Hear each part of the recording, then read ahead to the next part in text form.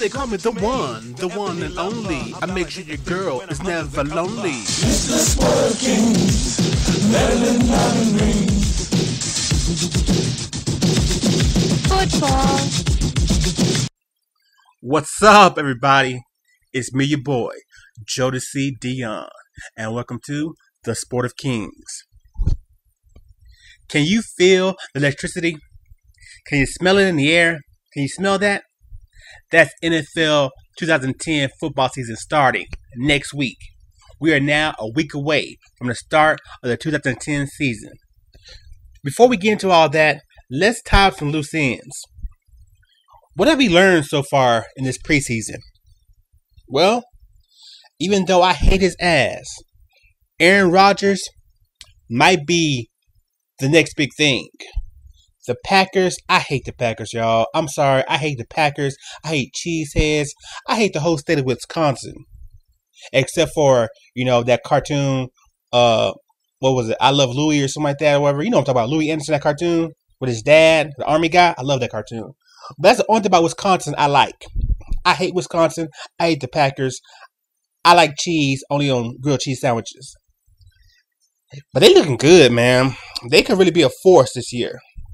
They can really do something. Next, the teams that are supposed to be good, the real top echelon teams in NFL, are still there. The Colts still look like the Colts. The Saints, who won last year, still look like they can repeat this year. The Patriots still look good. They ain't got no defense in hell, but they look good though. And then you have those other teams who are supposedly going to, arise to ascend to the next level. They're not looking too good. My Cowboys, offense looking bad right now. Minnesota, they looking average. And they got Brett Favre playing right now. You know what I'm saying?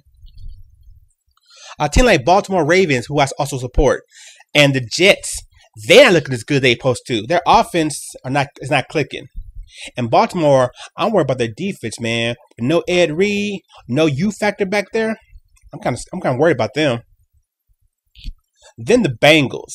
Yeah, man, I'm a big fan of Ocho Cinco and the T.O. show. I'm a fan of that, man. I watch the Ultimate Catch every weekend. And I want them to do well, I like them. But they're not looking as good as they proclaim they are.